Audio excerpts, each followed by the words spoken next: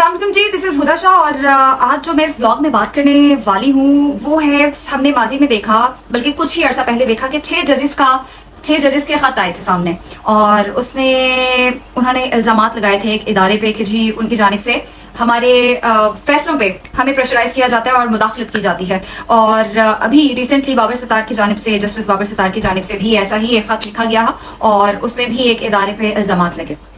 उसके बाद फैसल बाबरा ने प्रेस कॉन्फ्रेंस की और उनसे सवाल किया, जजेस से सवाल किया कि आप इल्जामात तो लगा देते हैं लेकिन प्रूफ कोई नहीं देता है, तो अब इल्जामात से कुछ नहीं होगा, सबूत पेश करने होंगे। बार बार एक इदारे को निशाना बनाया जा रहा है और बस वो गली बाती होता है। तो अब पहले आप प्रूफ दीजिए, उसके बाद कोई बात होगी। और इसी तरह फिर कामरान टिसोरी और मुस्तफा कमाल साहब ने भी प्रेस कॉन्फ्रेंसेस की और इसी तरह की बातें उन्होंने भी की कि एक इदारे को निशाना बनाया जा रहा है, तो ऐसा मत करें। फिर हमने क्या देखा कि जजेस की जानिब से अज़ नोटिस ले लिया गया। जजेस ने अज़ नोटिस लिया, उसमें उन्होंने कहा कि पता है आपके पीछे कौन है।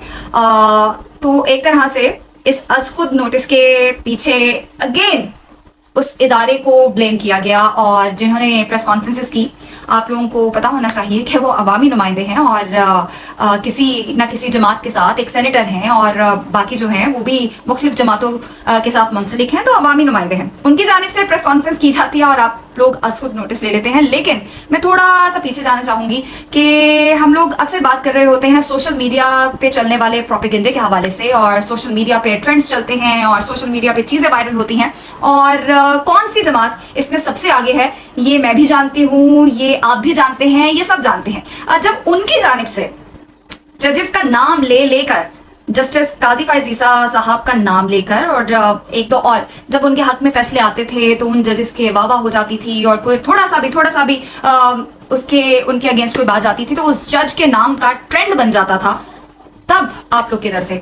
तब तो नहीं हमने देखा कि ऐसा कोई भी खुद नोटिस लिया हो या उनको बुला के उनसे जवाब मांगा जाए। और अब जब बात आप लोगों पे आई है, आप लोग चूंकि बराह रास्त एक इदारे पे इल्जामात लगा रहे हैं, एलिगेशन लगा रहे हैं कि आप लोगों को खत लिखे गए हैं और आप लोगों को थ्रेट मिला है, और उसके जवाब में अगर कोई पॉलिटिशियन आपसे ये कह रहा है कि सबूत दें, तो ये भी आप लोगों को बुरा लग रहा है।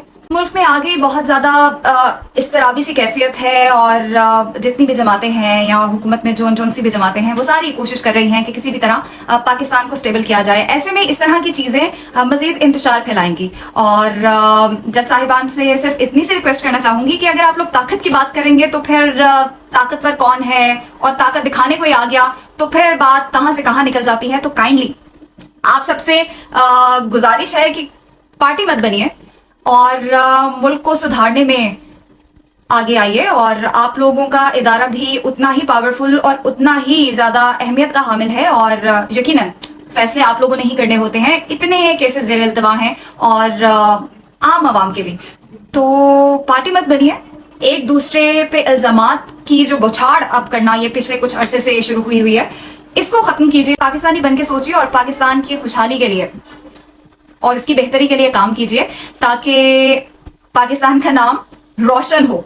इसको जितना प्रोपेगेंडा करके एक पार्टी की जानिब से, वो सही DGISPR की जानिब से जो एक वर्ड बोला गया था इंतशारी टोला, उसकी जानिब से जितना बैड इम्पैक्ट और बैड इमेज किया है ओवर द वर्ल्ड पाकिस्तान का, उसको मजीद हवा मत दीजिए।